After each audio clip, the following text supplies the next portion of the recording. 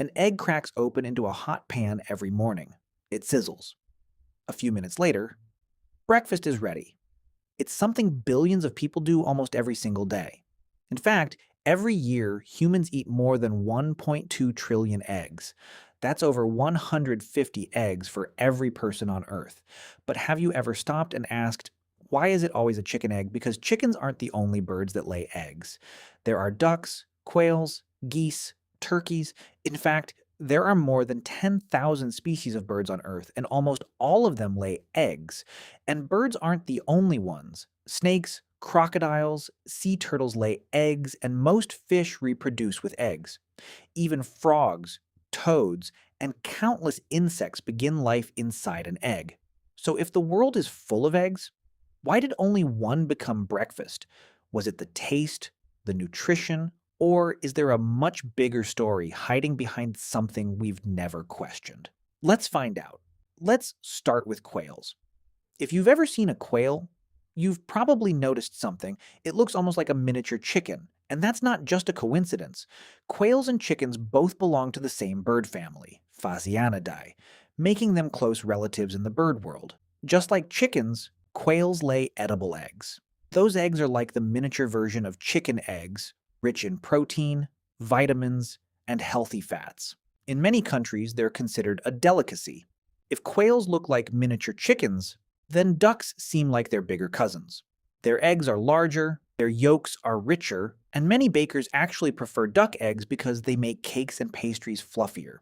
In countries like China, Vietnam, and the Philippines, duck eggs are part of everyday life. Some are even eaten as balut, a fertilized duck egg that's been incubated before being boiled. It's almost like eating an egg halfway through its journey to becoming a duck. To many people, that might sound shocking, but to millions of others, it's completely normal.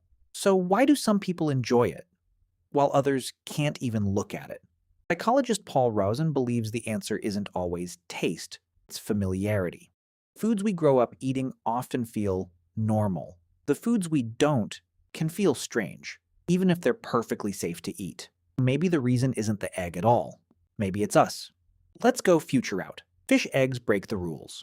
Around the world, people eat salmon roe, flying fish, and herring roe. Unlike chicken eggs, fish eggs don't come with a shell. Instead, they're tiny, soft, and usually found in large clusters. People don't just eat them, they're often considered a luxury. If you've ever eaten sushi, you've probably seen them. The bright orange eggs on top, those are usually salmon roe, tiny orange ones. Often flying fish roe, also called tobiko. And then there's caviar, made from the eggs of sturgeon, one of the most expensive foods in the world. 1 kilogram of caviar typically costs between $1,000 and $22,000, depending on the sturgeon species, rarity, and harvesting process. So clearly, fish eggs aren't unusual. People proudly eat them. Some even pay hundreds or thousands of dollars for them. What about reptiles? Turtle eggs. For hundreds of years, people living near tropical coastlines of Asia, Africa, and Latin America have been eaten turtle eggs. A female sea turtle usually lays around 80 to 120 eggs in a single nest.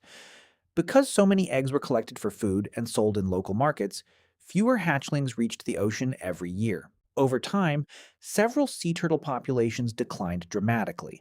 That's why today almost every species of sea turtle is protected, and in most countries, collecting or selling their eggs is illegal. What used to be a completely normal food source didn't disappear because people got disgusted by it. It disappeared because conservation laws arrested almost overnight.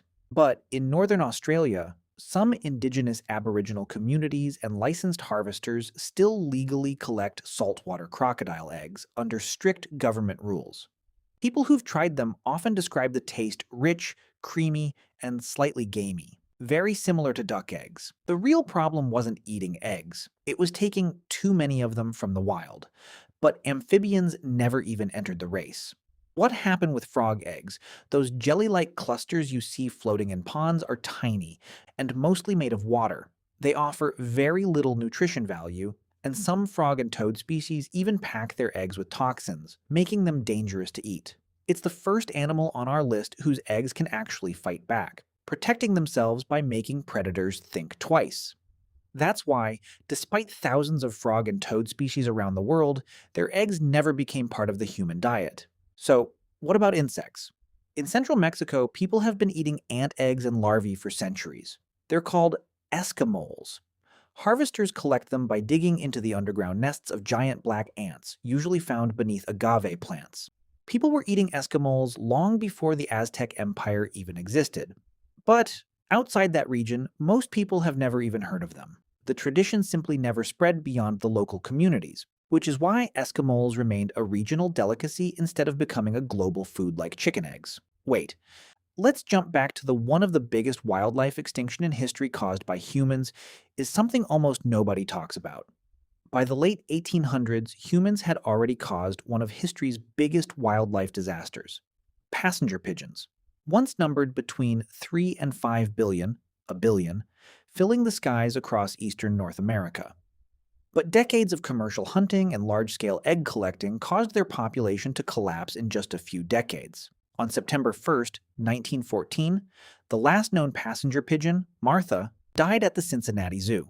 Her extinction became a wake-up call. After the decline of passenger pigeons and many other wild birds, the Migratory Bird Treaty Act of 1918 made it illegal to hunt, sell, or collect the eggs and nests of most migratory birds. So every category of eggs from robin to hawks isn't out of menu because people suddenly found them disgusting, but because the law stepped in to protect them. But religion also plays a role.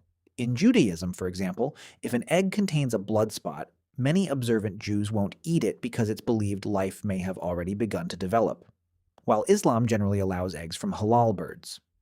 But there's one final piece of the puzzle. Psychologist Paul Rozin found that what we consider normal food is often decided in childhood. If you grow up eating something, your brain accepts it as food. If you don't, the exact same thing can feel strange or even disgusting.